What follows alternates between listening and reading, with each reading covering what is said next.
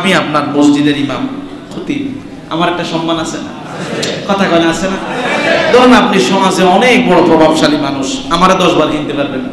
এখন আমি বয়ান করলাম, এটা আপনার মনে খাইলো না, এমন হয় কি হয় না? আপনি উপস্থিত মাঝখান থেকে দাঁড়ায় আমার সাথে খারাপ ব্যবহার করলেন, হ্যাঁ আপনি করতে পারেন, কিন্তু এটা নবীর আদর্শের সাথে যায় না। এমন আচরণকারী মানুষ কি নাই? কথা কন নাই? তাহলে আপনি রাসূলকে আদর্শ হিসাবে মানার ক্ষেত্রে এই আচরণ যদি আপনার মাঝে থাকে, আপনি এখনো বিনয়ী হতে পারেন না। আর রাসূলের সবচেয়ে মহান চরিত্র হলো বিনয়। যেই সমাজের মানুষ যত বেশি বিনয়, ওই মানুষ সমাজে তত বেশি সম্মানিত। কিন্তু আপনি ভাবছেন যে না, আমি তো এলাকায় আমার সম্মান এমনিতে আছে, তার সাথে বলে কথা বললে কি আমাকে কি বলবেন? না, জাতি কোনোদিন আপনাকে ভালোভাবে দিল থেকে নেবে না, হয়তো ঠোঁটের মুখ থেকে নেবে। কথা কি বুঝেন? কেননা ওই মানুষটা গরিব হলেও মানুষ হিসেবে তার সম্মান আছে। ওই মানুষটা অসহায় অভাবী হলেও অসহায় অভাবী হতে পারে, কিন্তু একজন মানুষ আশরাফুল মাখলুকাত হিসেবে তার সম্মান আছে। তার সাথে বিনয়ের সাথে আচরণ করতে হবে। বিসমিল্লাহির রহমানির রহিম। আমাদের আলোচনার শিরোনাম হলো যেমন ছিলেন প্রিয় নবী সাল্লাল্লাহু আলাইহি ওয়াসাল্লাম। যেমন ছিলেন প্রিয় নবী সাল্লাল্লাহু আলাইহি ওয়াসাল্লাম। আজকে হবে প্রথম পর্ব। আল্লাহ তাআলা এই পৃথিবীতে যুগে যুগে কালের পরিবর্তনে অসংখ্য নবী এবং রাসূলকে পৃথিবীতে পাঠিয়েছেন, যেন পদভ্রষ্ট জাতি আল্লাহ তাআলার সন্ধান পেয়ে নিজের আখিরাতের পথকে সহজ করতে পারে। সেই ধারাবাহিকতায় আল্লাহ তাআলা আখিরি নবী মুহাম্মদুর রাসূলুল্লাহ সাল্লাল্লাহু আলাইহি ওয়াসাল্লামকে এই পৃথিবীতে পাঠিয়েছেন। আল্লাহ তাআলা তার হাবিব মুহাম্মদ সাল্লাল্লাহু আলাইহি ওয়াসাল্লাম কেমন ছিলেন এই কথা দুনিয়ার মানুষ যেন সার্টিফাই করতে না হয়, আল্লাহ তাআলা তার অমীয় বাণী কালামুল্লাহ কোরআনুল কারীমের মাঝে নবীজি কেমন ছিলেন তার বিবরণ জানিয়েছেন। তো এই জন্যই আমাদের নবীজি যেমন ছিলেন আমরা সকলে কি তেমন হতে চাই? একটু বলেন, নবীজি যেমন ছিলেন আমরা কি তেমন হতে চাই? প্রিয় ভাইয়েরা, আমাদের প্রিয় নবী মুহাম্মদুর রাসূলুল্লাহ সাল্লাল্লাহু আলাইহি ওয়াসাল্লাম এই পৃথিবীতে এসেছেন পথ ভোলা জাতিকে, একটা আদর্শহীন জাতিকে আদর্শের একটি নিদর্শন দেখিয়ে দেওয়ার জন্য। আল্লাহ তাআলা তার হাবিবকে পাঠিয়েছেন জাতির জন্য শিক্ষক হিসাবে, জাতির জন্য মডেল হিসাবে, যেন জনপদের মানুষেরা রাসূলকে অনুসরণ অনুকরণ করে নিজের আখিরাতের পুঁজি জোগাড় করে নিতে পারে। এই জন্য আল্লাহ তাআলা তার হাবিবকে পাঠিয়েছেন। তাহলে আমাদের জানতে হবে আমাদের প্রিয় হাবিব কেমন ছিল। আল্লাহ তাআলা তার হাবিবের ব্যাপারে কোরআনুল কারীমে সূরাতুল আহজাবের 21 নং আয়াতে বলছেন, লাকাদ কানা লাকুম ফি রাসূলিল্লাহি উসওয়াতুন হাসানাহ লিমান কানা ইয়ারজুল্লাহা ওয়াল ইয়াওমাল আখিরা ওয়া যাকারাল্লাহা কাসীরা। আল্লাহ তাআলা বলছেন, লাকাদ কানা লাকুম ফি রাসূলিল্লাহি উসওয়াতুন হাসানাহ, আমার হাবিবের মাঝে তোমাদের জন্য রয়েছে সর্বোত্তম আদর্শ। সুবহানাল্লাহ বলি। আমার হাবিবের মাঝে তোমাদের জন্য রয়েছে সর্বোত্তম আদর্শ। কার কথা? তবে হ্যাঁ, রাসূলের আদর্শ সবাই মানবে? কথা কয় না। রাসূলের আদর্শ সবাই মানবে? লিমান কানা ইয়ারজুল্লাহা ওয়াল ইয়াওমাল আখিরা ওয়া যাকারাল্লাহা কাসীরা। যে সমগ্র মানুষেরা হাসরের ময়দানে আল্লাহর সামনে দাঁড়াবে এই আশা লালন করে। আমরা এই আশা লালন করি তো? সবাই লালন করি তো? যে মানুষেরা আল্লাহর সামনে হাসরের ময়দানে দাঁড়াবে এই আশা লালন করে এবং সদা সর্বদা রবের জিকির করে, ওই মানুষগুলোর জন্য আমার হাবিবের মাঝে আছে উত্তম আদর্শ। তাহলে আল্লাহর হাবিব কেমন ছিলেন? উত্তম আদর্শের অধিকারী। বলেন, রাসূল কেমন ছিলেন? সবাই বলা লাগবে, কিন্তু মুখ বন্ধ করা যাবে না। রাসূল কেমন ছিলেন? সবাই বলেন, রাসূল কেমন ছিলেন? আদর্শ কাকে বলেন? জবাব হলো, মানুষ যার কথা যার কর্ম অনুসরণ করে জীবন চালায়, এটাই আদর্শ। মানুষ যার কথা যার কর্ম মেনে জীবন চালায়, ওটা কি আদর্শ। আর নবীগণ হলেন জাতির আদর্শ। আর নবীদেরকে মেনে যারা জীবন চালাবে তাদের জীবনও নবীদের রঙে রঙিন হবে। আর নবীরা ছিলেন স্বয়ং আল্লাহর পক্ষ থেকে হেদায়েত প্রাপ্ত। নবীরা কার পক্ষ থেকে হেদায়েত প্রাপ্ত? আল্লাহ তাআলা কুরআনুল কারীমে সূরাতুল আনআমের 90 নং আয়াতে বলছেন, উলাইকাল্লাযীনা হাদাল্লাহু ফাবিহুদাহু মুকতাদি। ও দুনিয়ার মানুষেরা শোনো, আমার সমগ্র রাসূলরা ছিল আমার পক্ষ থেকে হেদায়েত প্রাপ্ত। তার নবীরা যে হেদায়েতের উপরে ছিল, স্বীকৃতিকার আল্লাহ তাআলা বলছেন, ফাবিহুদাহু মুকতাদি। তোমরা যদি হেদায়েত পেতে চাও তাহলে আমার রাসূলদের পথ এবং মত আদর্শ মেনে নাও। নবীরা যেমন হেদায়েত পেয়েছে, আমি আল্লাহ তোমাদেরকে হেদায়েত দেব। আল্লাহ তাআলার যদি ভালোবাসা পেতে হয়, নবীর আদর্শ অনুকরণ ছাড়া কোনো সুযোগ নাই। আল্লাহ তাআলা এই প্রসঙ্গে কোরআনুল কারীমে সূরাতু আলে ইমরান 31 থেকে 32 নং আয়াতে বলছেন, কুল ইন কুনতুম তুহিব্বুনাল্লাহা ফাত্তাবিউনি ইউহিব্বুকুমুল্লাহ ওয়া ইয়াগফির লাকুম যুনুবাকুম ওয়াল্লাহু গফুরুর রহিম। কুল আতিউল্লাহা ওয়ার রাসূলা فإن تولوا فإن الله لا يحب الكافرين। আল্লাহ তাআলা বলছেন, হে রাসূল আপনি বলেন। কাদেরকে বলবে? আমাদেরকে বলেন না সবাই, কাদেরকে? একটু আলোচনাগুলো বুঝেন। আল্লাহ বলছেন, হে রাসূল আপনি বলেন। বলাটা কাদেরকে বলছে? সবাই বলেন, কাদেরকে বলছে? আল্লাহ যেন এই কথাটা এই মুহূর্তে আব্দুর রহিম, আব্দুল করিম, ও অমুক মায়ের অমুক সন্তান, তোমাকে আল্লাহ এই কথা বলছেন। হে রাসূল আপনি বলেন, যদি তোমরা আল্লাহর ভালোবাসা পেতে চাও তাহলে তোমার রাসূলের আনুগত্য করে জীবন চালাও। আল্লাহ তাআলা বলছেন, যদি রাসূলের আনুগত্য করা হয়, এই আনুগত্যের মাঝে 100% তোমার হবে না, 80% হবে, 20% ছুটে যাবে। বান্দারে, যদি তোমার 20% ছুটে যায়, রাসূলের আনুগত্য যদি জীবনের মাঝে থাকে, ইয়াগফিরু লাকুম যুনুবাকুম, আমি আল্লাহ তাআলা তোমার 20% রাসূলের আনুগত্য থেকে যেটা ছুটে গেল, আমি আল্লাহ ঘোষণা দিলাম তা ক্ষমা করে দেব। আমি আল্লাহ তো ক্ষমাশীল, আমি আল্লাহ তো কি। তবে শোনো, কুল আতিউল্লাহা ওয়ার রাসূলা فإن تولوا فإن الله لا يحب الكافرين। সাবধান হে রাসূল, আপনি বলে দেন, যদি তোমরা আল্লাহ এবং তার রাসূলের আনুগত্য থেকে মুখ ফিরাইয়া নাও, যে রাসূলের আনুগত্য আমার প্রয়োজন নাই, আমার তো টাকা পয়সা জায়গা জমি ধন দৌলত সুনাম সুখ্যাতি আছে, আমি তো রাত্রিবেলা সুন্দর ঘুম হয়, দিনের বেলা পেট ভরে খাইতে পারি, আমার টাকা পয়সা খুব ইনকাম, রাসূলকে মানার আমার দরকার নাই। সাবধান হে রাসূল, আপনি বলে দেন, যদি তোমরা আল্লাহ এবং তার রাসূলের কাছ থেকে মুখটা ফিরাইয়া নাও, অর্থাৎ আল্লাহর গোলামি, রাসূলের আনুগত্য আদর্শ না মানো, ফা ইন্নাল্লাহা লা ইউহিব্বুল কাফিরিন, যারা রাসূলের আদর্শ মানলো না, আল্লাহর গোলামি করলো না, ওই সমগ্র অবিশ্বাসীদেরকে আল্লাহ কখনো ভালোবাসে না। তাহলে রাসূল কেমন ছিল? এমন রাসূল ছিল যে রাসূলের আদর্শ মানা আল্লাহ ফরজ করে দিয়েছে। রাসূলের আদর্শ মানা কি ফরজ? আল্লাহ তাআলা এই জন্য কোরআনুল কারীমের মাঝে সূরাতু আলে ইমরানের 132 নং আয়াতে বলছেন, ওয়া আতিউল্লাহা ওয়ার রাসূলা লাআল্লাকুম তুরহামুন। ও দুনিয়ার উম্মতেরা, নবীর উম্মতেরা শোনো, আল্লাহর গোলামি যদি করো, রাসূলের আনুগত্য যদি করে থাকো, আশা করতে পারো আল্লাহর রহমত নাজিল হবে।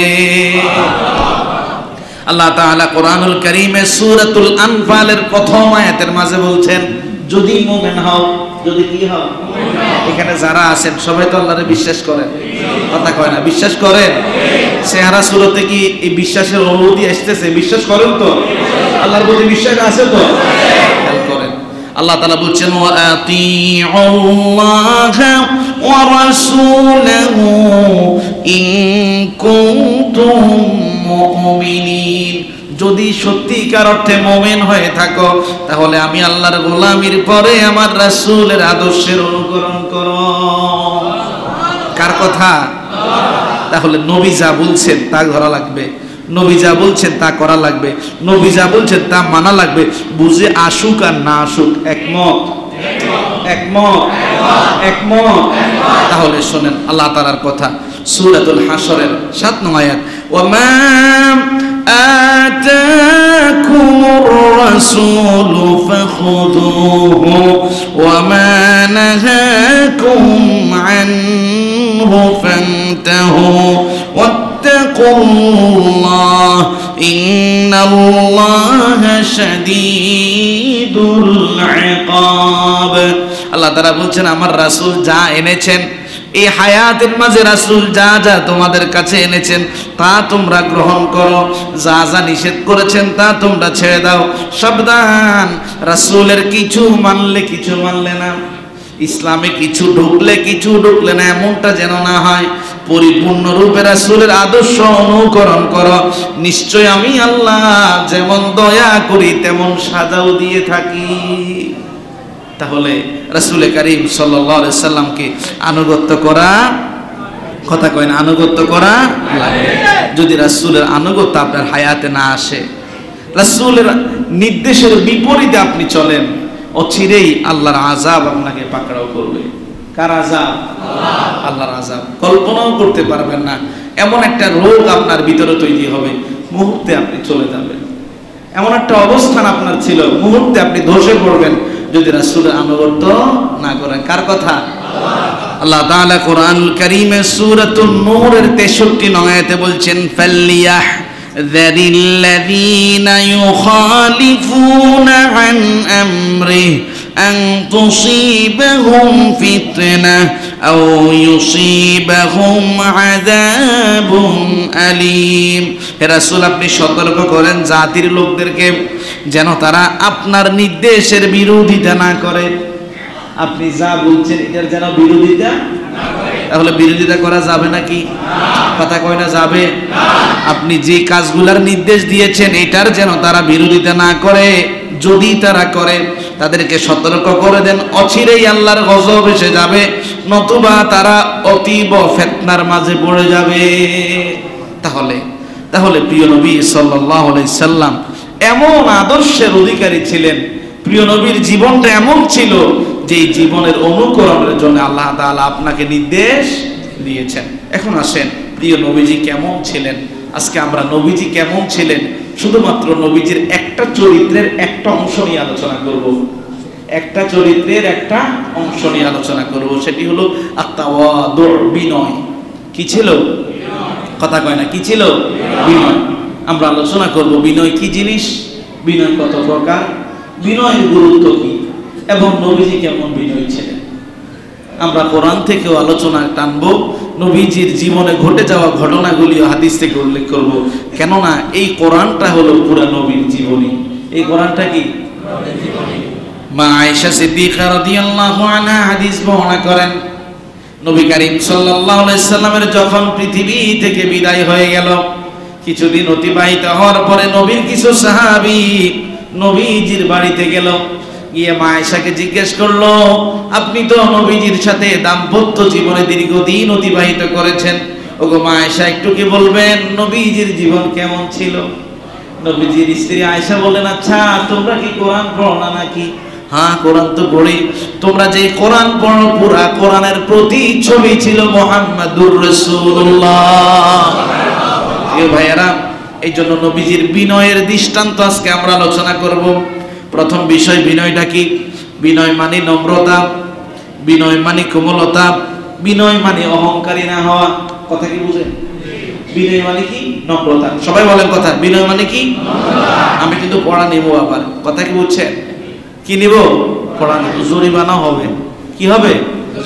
পকেটে তো টাকা পয়সা কিছু নিয়ে আসছেন না, জরিমানা দিতে সমস্যা হবে না। খেয়াল করেন তাহলে, বিনয় মানে কি? নম্রতা, কোমলতা, অহংকার না করা।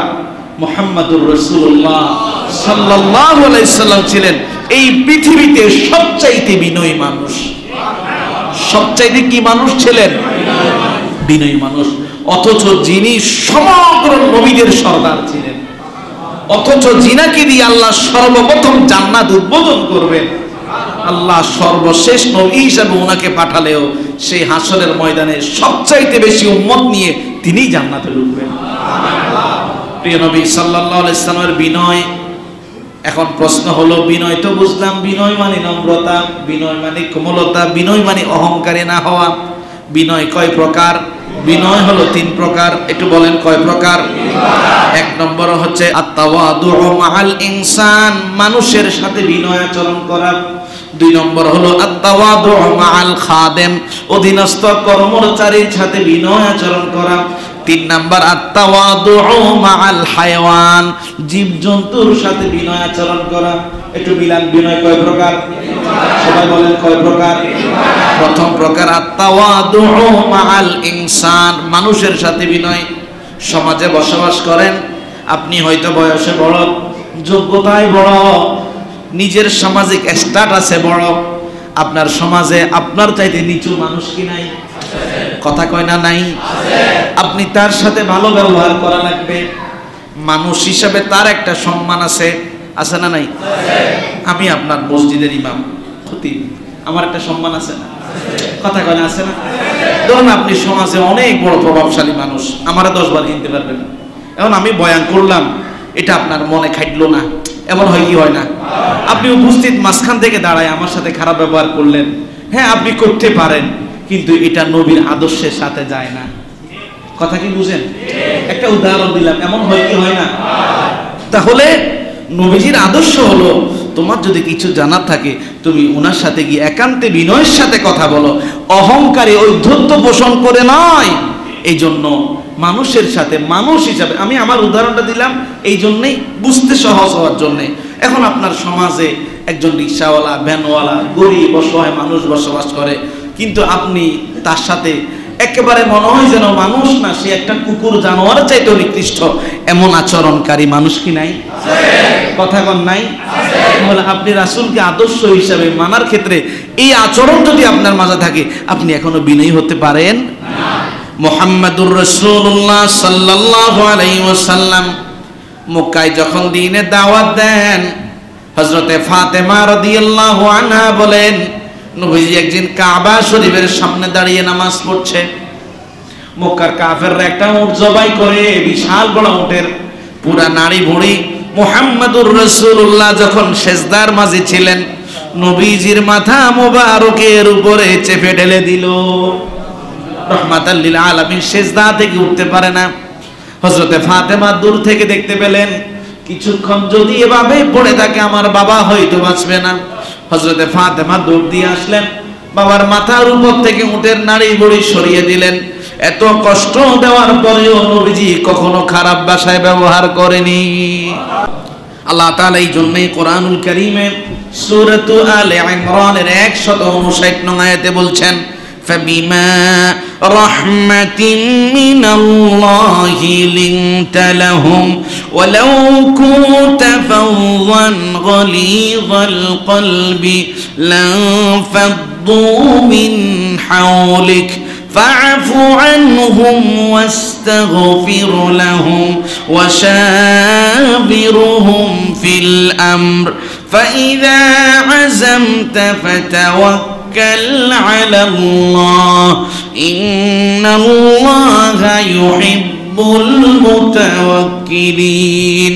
আল্লাহ তাআলা বলছেন, হে রাসূল, যদি আপনি বিনয়ী না হতেন, যদি আপনি কি না হতেন, আপনার দিলের মাঝে যদি বিনয় না থাকতো, আমি আল্লাহ আপনার দিলের মাঝে যেই দয়া মায়া ঢেলে দিয়েছি তা যদি না থাকতো, আপনি যদি কঠোরবাসী হতেন, কর্কশবাসী হতেন, তাহলে আপনার কাছে যেই সমগ্র মুসলিমরা ঈমান এনেছে, মা ছেড়ে বাবা ছেড়ে স্ত্রী সন্তান সয় সম্পত্তি সব ছেড়ে দিয়ে ঈমান যে তারা এনেছিল, যদি কঠোরবাসী হতেন কোনোদিন আনতো না। হে রাসূল, তারা আপনাকে মক্কার জীবন অনেক কষ্ট দিয়েছে, অনেক কষ্ট আপনি সয়েছেন। আপনি তাদের কষ্টের কথা ভুলে গিয়ে তাদেরকে মাফ করে দিন। তাদের জীবনে অনেক গুনাহ হয়েছে, তাদের জন্য ক্ষমা প্রার্থনা করুন। নবীজি কোনো কাজ করতে গেলে তাদের সাথে পরামর্শ করুন। যখন কাজ পরামর্শ অনুযায়ী সিদ্ধান্ত নেবেন কাজটা করব, সাথে সাথে আল্লাহর উপরে ভরসা করুন। নিশ্চয় আল্লাহ তাআলা ভরসাকারীকে ভালোবাসে। তাহলে আল্লাহ এখানে বলছেন যে তোমরা বিনয়ী হও। কি হও? আমার রাসূলের সবচেয়ে মহান চরিত্র হলো বিনয়। যেই সমাজের মানুষ যত বেশি বিনয়, ওই মানুষ সমাজে তত বেশি সম্মানিত। কিন্তু আপনি ভাবছেন যে না, আমি তো এলাকায় আমার সম্মান এমনিতে আছে, তার সাথে বলে কথা বলে কি আমাকে কি বলবেন? না, জাতি কোনোদিন আপনাকে ভালোভাবে দিল থেকে নেবে না, হয়তো ঠোঁটের মুখ থেকে নেবে। কথা কি বুঝেন? কেননা ওই মানুষটা গরিব হলেও মানুষ হিসেবে তার সম্মান আছে। ওই মানুষটা অসহায় অভাবী হলেও অসহায় অভাবী হতে পারে, কিন্তু একজন মানুষ আশরাফুল মাখলুকাত হিসেবে তার সম্মান আছে। তার সাথে বিনয়ের সাথে আচরণ করতে হবে। আল্লাহ তাআলা কোরআনুল কারীমে সূরাতুন নূরের 22 নং আয়াতে বলছেন, ওয়ালিয়াফু ওয়ালিয়াসফাহু আলা তুহিব্বুনা আন ইয়াগফিরাল্লাহু লাকুম ওয়াল্লাহু গফুরুর রহিম। আল্লাহ তাআলা বলছেন তোমরা ক্ষমা করে দাও, বিবাদ মীমাংসা হয়েছে তা মুছে ফেলো, মিটিয়ে ফেলো। তোমরা কি চাও না আল্লাহ তোমাদের জীবনের গুনাহগুলি ক্ষমা করে দিক? যদি অন্যের ত্রুটি বিচ্ছুতিগুলি তুমি ক্ষমা করে দিতে পারো, আমি আল্লাহ ওয়াদা দিলাম তোমার ত্রুটি বিচ্ছুতি ক্ষমা করে দেব। এই আয়াতটার নাজিলের একটা শানে নজুল আছে। রাসূল কারীম সাল্লাল্লাহু আলাইহি সাল্লামের বিবি হযরতে আয়েশা রাদিয়াল্লাহু আনহা, হযরতে আবু বকরের কন্যা, ওনার ব্যাপারে একটা বেবিচারের তহমত দেওয়া হয়েছিল। কিসের তহমত? কার বিবি? কথা কয় না। নবীর বিবি। কার বিবি?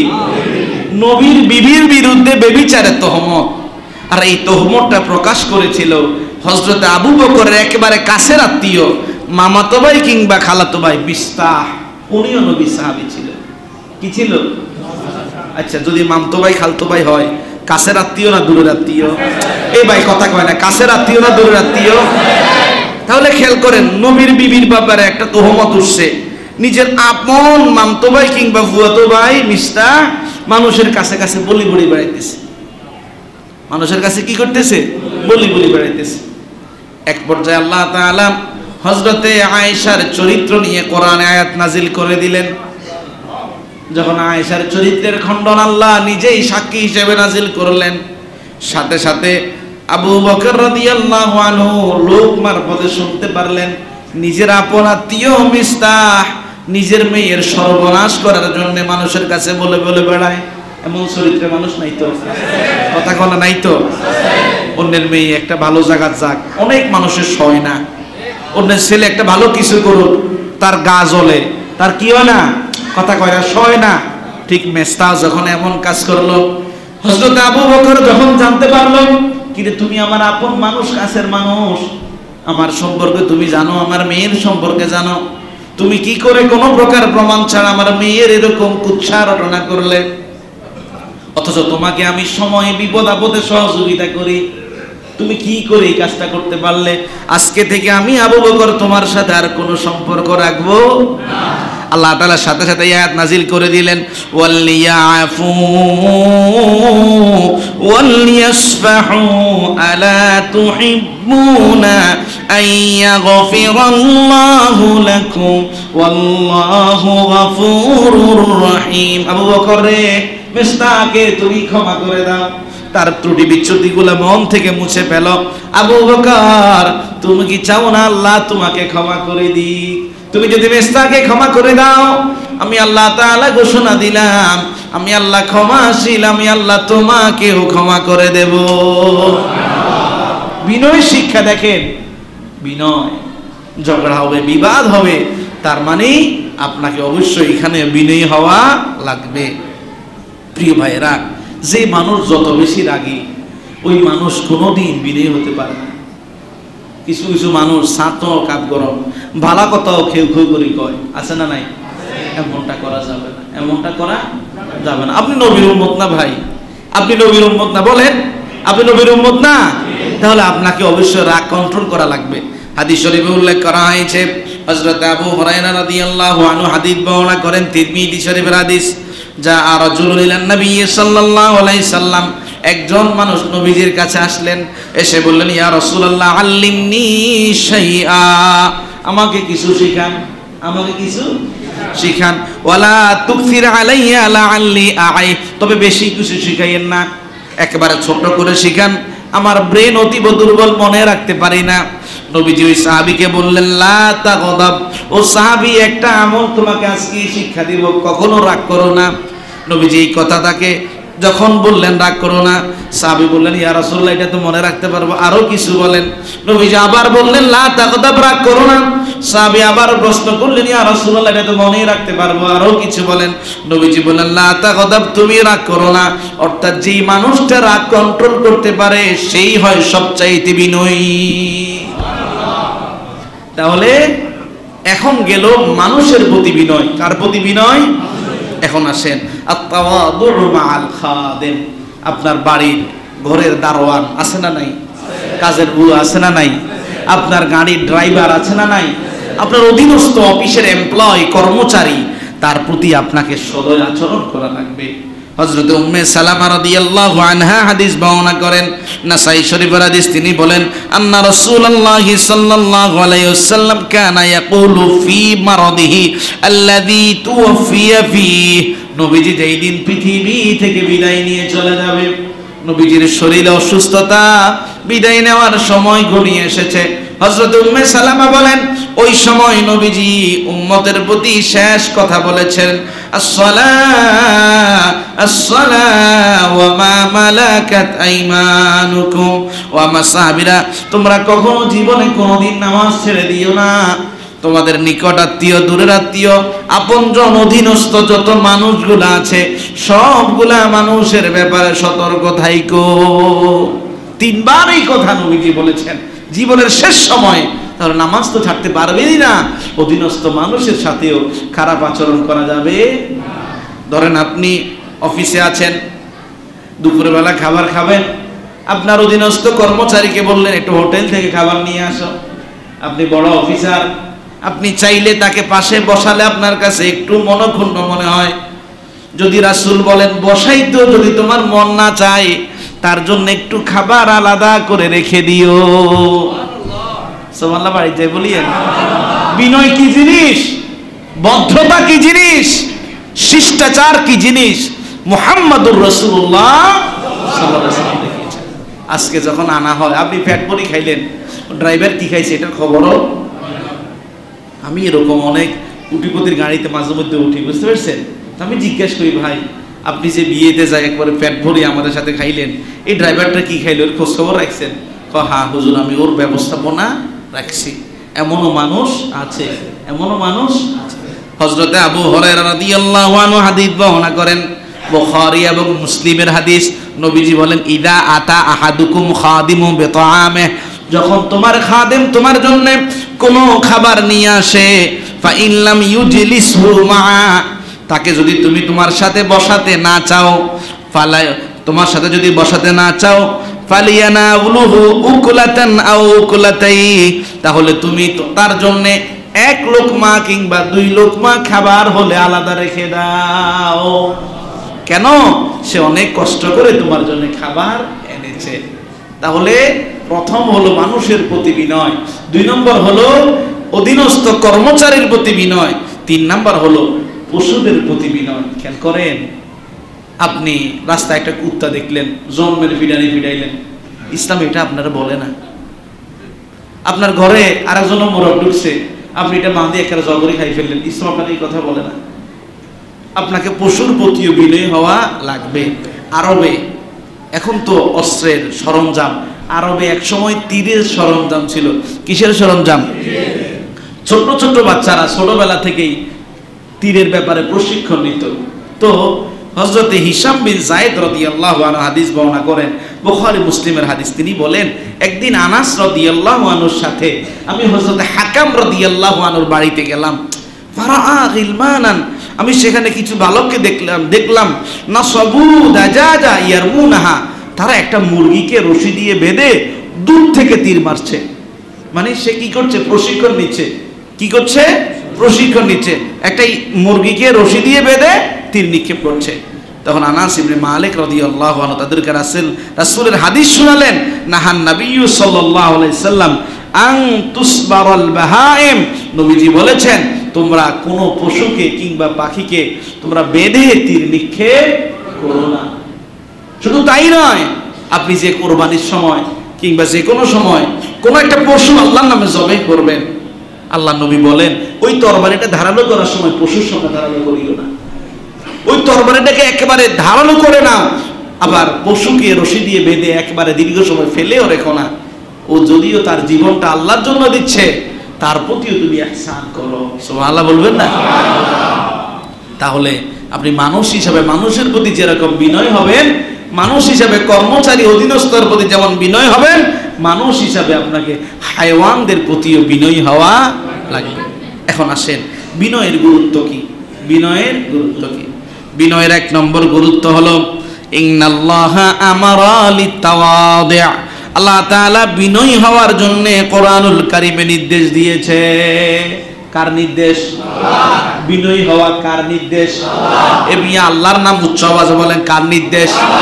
আল্লাহ তাআলা কোরআনুল কারীমে সূরাতুল লুকমানের 19 নং আয়াতে বলছেন ওয়াকসুদ ফি মাশিকা ওয়াগদুদ মিন সাওতিক ইন্না আনকারাল আসওয়াতি লাসাউতুল হামির। আল্লাহ তাআলা বলছেন বান্দারে তোমাকে দুইটা আমি পা দিয়েছি, তুমি পা দিয়ে জমিনে চলো, তবে অহংকারী হয়ে জমিনে চলিও না। একটু হাঁটা চলার মাঝে নম্রতা ভদ্রতা দেখাও। কথা কার? কথা কয় না, কথা কার? ওয়াকসুদ ফি মাশিকা, হাঁটার সময় একটু সংযত হয়ে হাঁটো, বিনয়ী হয়ে হাঁটো। ওয়াগদুদ মিন সাওতিকা, গলার কণ্ঠকে দিয়েছেন বান্দা, কথা বলার শক্তি আমি দিয়েছি, তার মানে কণ্ঠ স্বর উঁচু করে ওই ধত্ত আচরণ করো না, বিনয় আচরণ করো। ইন্না আনকারাল আসওয়াতি লাসাউতুল হামির, আমি আল্লাহ তাআলা বলছি নিকৃষ্ট কণ্ঠ হলো গাধার কণ্ঠ। কিসের কণ্ঠ? তুমি গাধা হইও না, মানুষ হয়ে কি হইও না। এই জন্য ফোলা ফাইন কিছু না পাইলে কয় এই ফোলার মতো গাধা ফোলা আর নাই, কয়নি কথা? এই জন্য ভাই গাধা হবেন না মানুষ হবেন? তাহলে আপনাকে অবশ্যই অবশ্যই বিনয়ী হওয়া লাগবে। কি হওয়া লাগবে? নবীজি বিনয়ের কি শিক্ষা দিলেন? মনোযোগ আছে আপনাদের? মনোযোগ আছে? মা আয়েশা রাদিয়াল্লাহু আনহা হাদিস বর্ণনা করেন, সহিহ বুখারীর হাদিস। মা আয়েশা রাদিয়াল্লাহু আনহা বলেন নবীর বাড়িতে কিছু ইহুদি আসলেন, দরজা নাড়া দিলেন, দরজাটা খোলা হলো। দরজা খোলার পরে ইহুদিরা নবীকে অভিবাদন জানালেন, আসসালামু আলাইকুম। অর্থ হলো হে নবী তোমার প্রতি মিত্র নাজিল হোক। কি নাজিল হোক? নবীজি নীরব রইলেন। পাশে হযরতে আয়েশা রাদিয়াল্লাহু আনহা যখন কথাটুকু শুনলেন, হযরত আয়েশা বলে ফেললেন আমি বললাম ওয়া আলাইকুমুস সালাম ওয়াল লা'না, তোমাদের প্রতি আল্লাহর গজব এবং মিত্র নাজিল হোক। নবীজি আমাকে বলেন মাহালান ইয়া আয়েশা, আয়েশা এমন করো না, একটু থামো। ইন্নাল্লাহা ইউহিব্বুর রিফকা ফিল আমরি কুল্লাহ, আল্লাহ সমগ্র কাজে বিনয়কে ভালোবাসে। কার কথা? আল্লাহ সমগ্র কাজে বিনয়কে ভালোবাসে। তখন আয়েশা বলেন আমি রাসূলকে বললাম ওয়ালাম তাসমা মা ক্বালু, ওগো নবী আপনি কি শুনেন নাই তারা কি বলছে? তখন আয়েশা রাদিয়াল্লাহু আনহাকে রাসূল বললেন তুমি যদি তার কথার প্রতিবাদ করতে চাও তুমি বিনিময়ে ওয়া আলাইকুম বলো। কি বলো? অর্থাৎ একজনের বিরুদ্ধে একজন প্রতিবাদ করারও একটা নম্রতা আছে। আপনি আপনার প্রতিপক্ষকে গাইল করে কথা বলার অধিকার ইসলাম দেয় নাই। এটা নবীর আদর্শে চলে না। প্রতিবাদেরও একটা শালীন ভাষা আছে। প্রিয় ভাইয়েরা, শুধু তাই নয়, রাসূল করিম সাল্লাল্লাহু আলাইহি সাল্লাম এই বিনয় শিক্ষা আমাদেরকে এই জন্য দিলেন, বিনয় মানুষকে সম্মানিত করে, বিনয় মানুষকে কি করে? আর যে সমগ্র মানুষগুলা বিনয়ী হয় ওই সমগ্র মানুষগুলার প্রশংসা স্বয়ং আল্লাহ করে। কে করে? আল্লাহ তাআলা কোরআনুল কারীমে সূরাতুল ফুরকানের 63 থেকে 66 নং আয়াতে বলছেন ওয়া ইবাদুর রাহমানিল্লাযীনা ইয়ামশুনা আলাল আরদি হাওনা ওয়া ইযা খাতাবাহুমুল জাহিলুনা قالوا سلاما والذين يبيتون لربهم سجدا وقياما والذين يقولون ربنا اصرف عنا عذاب جهنم إن عذابها كان غراما إنها ساءت مستقرا ومقاما আল্লাহ তাআলা বলছেন রহমানের বান্দা হলো তারা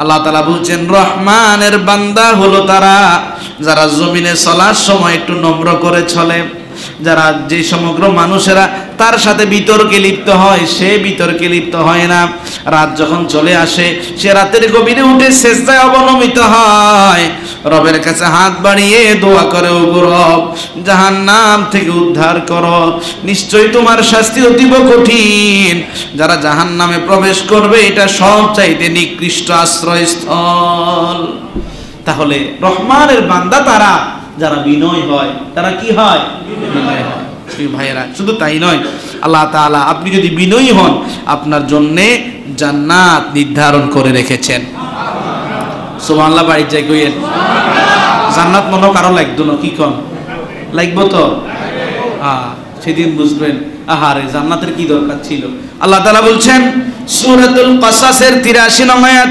তিলকাদ দারুল আখিরাতু নাজআলুহা লিল্লাযীনা লা ইউরিদুনা উলুওয়ান ফিল আরদি ওয়ালা ফাসাদা আল্লাহ তাআলা বলছেন ওই জান্নাত আখিরাতে আমি তাদের জন্য বানিয়ে রেখেছি যারা দুনিয়াতে অহংকারী হয় না যারা দুনিয়াতে বিপর্যয় তৈরি করে না তাহলে আল্লাহ আপনার জন্য জান্নাত বানিয়ে রেখেছেন শুধুমাত্র আপনার কাজ হলো বিনয়ী হওয়া কি হওয়া কথা কি আমার বুঝেন এ মিয়া কথা বুঝেন আল্লাহ নবীর হাদিস আবু হুরায়রা রাদিয়াল্লাহু আনহু হাদিস বর্ণনা করেন মুসলিম শরীফের হাদিস মান তাওয়াদা লিল্লাহ রাফাআহুল্লাহ আপনি মনে করেন যে হুজুর সব সময় নীরব থাকলে একটু মানুষ কি বুঝবে আমার পাওয়ার টাওয়ার আছে না নবীজি বললেন তুমি যদি নীরব থাকো তোমার পাওয়ার উপরে তুলবে কে আল্লাহ এই মিয়া দুনিয়াতে পাওয়ারফুল হই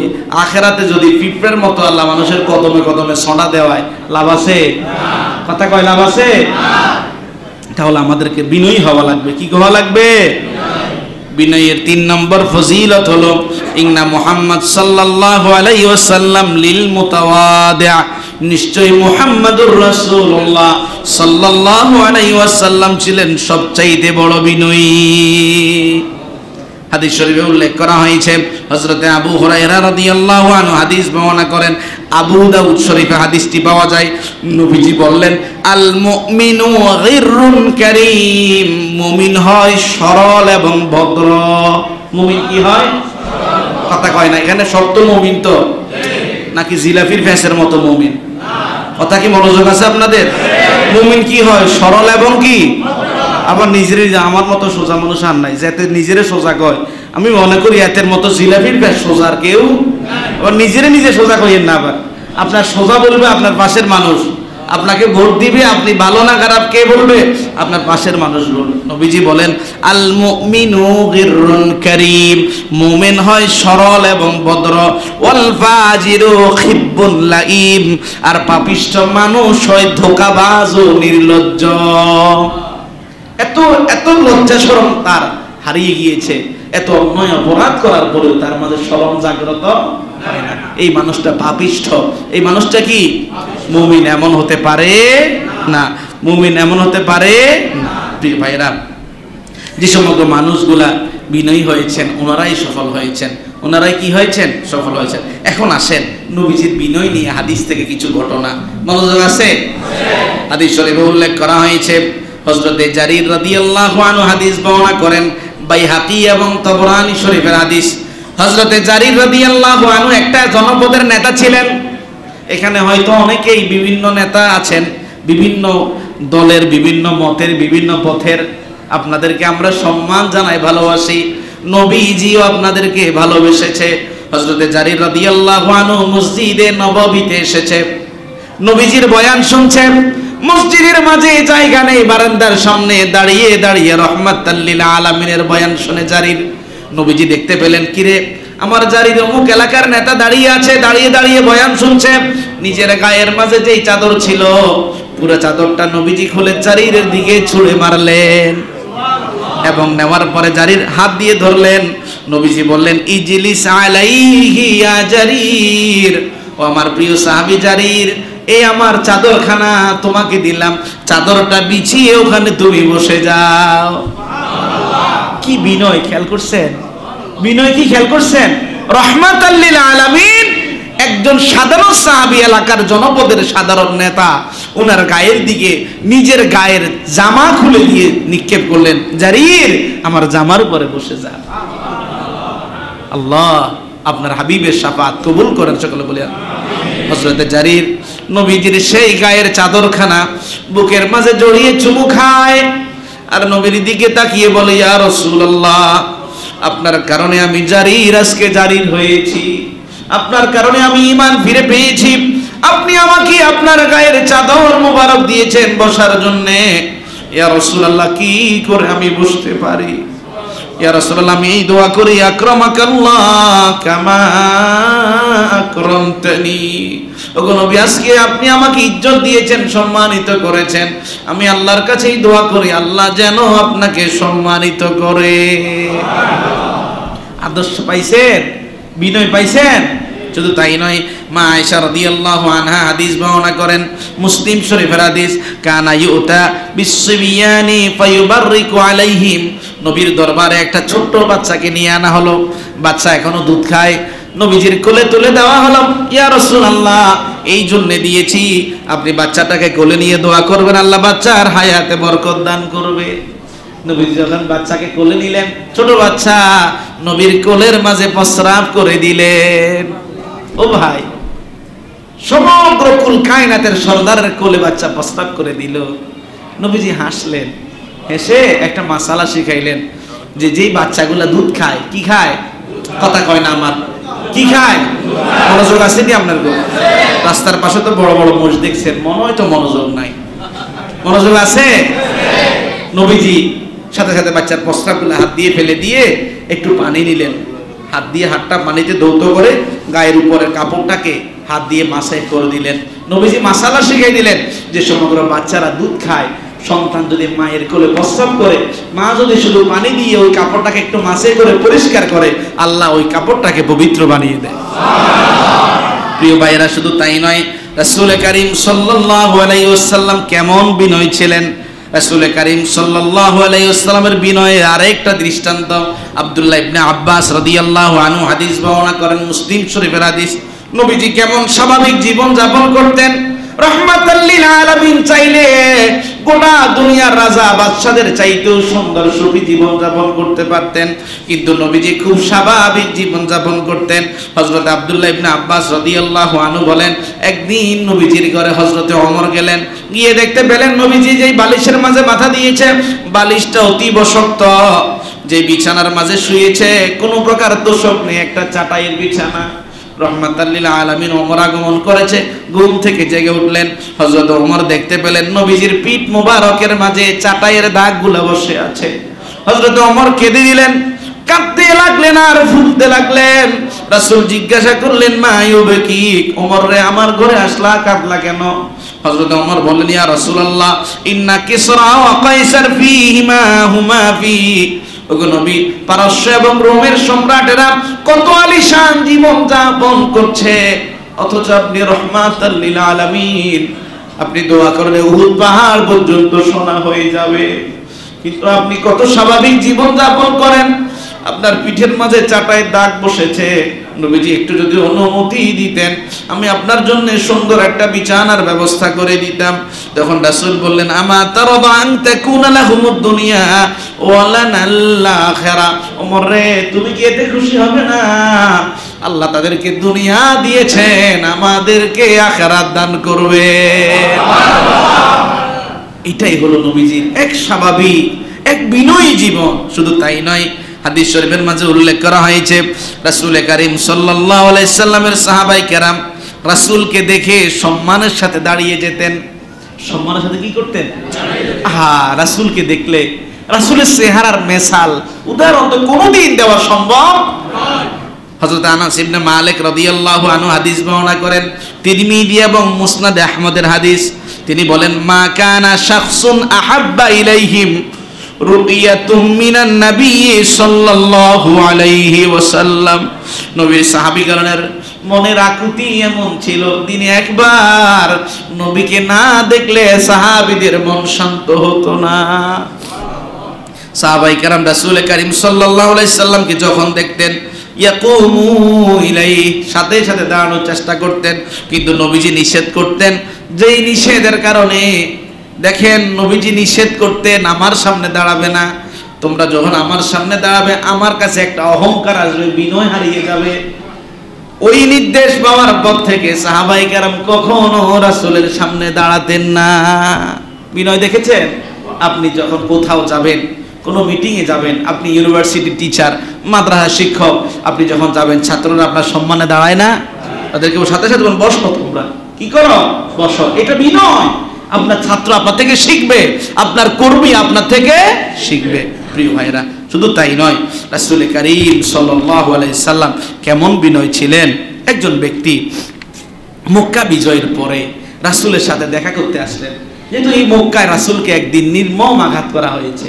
রাসূল যখন মক্কা বিজয় করলেন, আব্দুল্লাহ ইবনে মাসউদ রাদিয়াল্লাহু আনহু হাদিস বর্ণনা করেন, সহিহ সুনান ইবনে মাজার হাদিস। ওই ব্যক্তি রাসূলের সাথে কথা বলতে এসে নিজেকে নিয়ন্ত্রণ করতে পারছে না, সে কাঁপছে এবং মুখ দিয়ে কোনো কথা আসছে না। না জানি আজকে মুহাম্মদ আমাদেরকে কি শাস্তি দেয়। মুহাম্মদকে দেশ ছাড়া করেছি, আজকে মুহাম্মদ মক্কা বিজয় করে স্বাধীন দেশে ফিরে এসেছে। রাসূলের সামনে দাঁড়িয়ে সে বাখিন হয়ে গিয়েছে, থরথর করে কাঁপছে। নবীজি ওই ব্যক্তিকে বললেন, হাউবিন, তুমি শান্ত হও, নিজেকে নিয়ন্ত্রণ করো। ফা ইন্নী লাইস্তা বিমালিক, আমি কোন রাজা বাদশা হিসাবে এখানে আসি নাই। সুবহানাল্লাহ বলবেন না? আমি কোন রাজা বাদশা হিসাবে এখানে আসি নাই। ইন্নামা আনা ইবনে ইমরা, আমি তোমাদের মতো আমার মা আমেনার উদরে জন্ম নিয়েছি। আমি একজন সাধারণ মানুষ, তোমরা আমার সামনে দাঁড়িয়ে কাঁদবে, ভয় পাবে, এরকম মানুষ আমি নই। সুবহানাল্লাহ বলবেন না? কি বিনয়, বুঝতে পেরেছেন? বিনয় কি বুঝতে পেরেছেন? প্রিয় ভাইয়েরা, শুধু তাই নয়, এক ভয়ঙ্কর দৃষ্টান্ত হাদিসে উল্লেখ করা হয়েছে। হযরত আবু হুরায়রা রাদিয়াল্লাহু আনহু হাদিস বর্ণনা করেন, সহিহ বুখারী শরীফের হাদিস। তিনি বলেন, আন্না আরাবিয়ান বালা ফিল মসজিদ, একজন বেদুইন মসজিদে নববীতে আসলেন। মসজিদে নববীতে ঢুকলেন, নবীজি বসা, সাহাবীরাও বসা। ওই মানুষটা দাঁড়িয়ে মসজিদের মাঝে প্রস্তাব শুরু করে দিল। কি করলো? ফাসারা ইলাইহিন নাসু লিয়াকাউ বি, উপস্থিত সাহাবীরা তাকে শাসন করার জন্য দাঁড়িয়ে গেল। যে নবীজি বসা, মসজিদে নববীর মাঝে প্রস্রাব করার জায়গা পাও না, তুমি এখানে প্রস্রাব করো। নবীজি সাহাবীদেরকে বললেন, দাউহু, তাকে ছেড়ে দাও, সে তার প্রস্রাব করে নিক। ফা ইন্নামা বুইতুম মুয়াসসিরিনা ওয়া লাম তুবআসু মুআসসিরিন। শোনো সাহাবীরা, আমাকে নম্র ব্যবহার করার জন্য আল্লাহ পাঠিয়েছে, কঠোর আচরণ করার জন্য আল্লাহ পাঠায়নি। খেয়াল করুন বিনয় কতটুকু, যে একজন ব্যক্তি মসজিদে নববীতে প্রস্রাব করে, ওই মানুষটা কে পর্যন্ত আল্লাহর হাবিব সাল্লাল্লাহু আলাইহি সাল্লাম এত বিনয়ের পরিচয় দিলেন। সাহাবায়ে কেরাম তাকে আক্রমণ করতে গেলেন যে মসজিদ প্রস্রাব করার জায়গা তুমি দেখো না, কিন্তু নবীজি তাদেরকে বিনয় শিক্ষা দিলেন। সাহাবীরা, আমাকে বিনয়ী হওয়ার জন্য পাঠিয়েছেন আল্লাহ তাআলা, আমাকে কঠিন হওয়ার জন্য আল্লাহ তাআলা পাঠাননি। তাহলে প্রিয় ভাইয়েরা, আমরা কি বুঝলাম? বিনয়ী হবেন না অহংকারী হবেন? আমার সাথে কথা দেন, বিনয়ী হবেন না অহংকারী হবেন? সাবধান, আমরা কেউ অহংকারী হব না। আমরা বিনয়ী হব ইনশাআল্লাহ। আমরা ধারাবাহিকভাবে আমাদের আলোচনা রাখবো ইনশাআল্লাহ। আমরা প্রতি জুমায় রাসূল করিম সাল্লাল্লাহু আলাইহি সাল্লামের এক একটা আখলাক নিয়ে আলোচনা করব। রাসূল কেমন বিনয়ী ছিলেন আজকে আলোচনা করলাম ইনশাআল্লাহ। ধারাবাহিকভাবে রাসূলের এক একটা আখলাক নিয়ে আমরা কথা বলবো।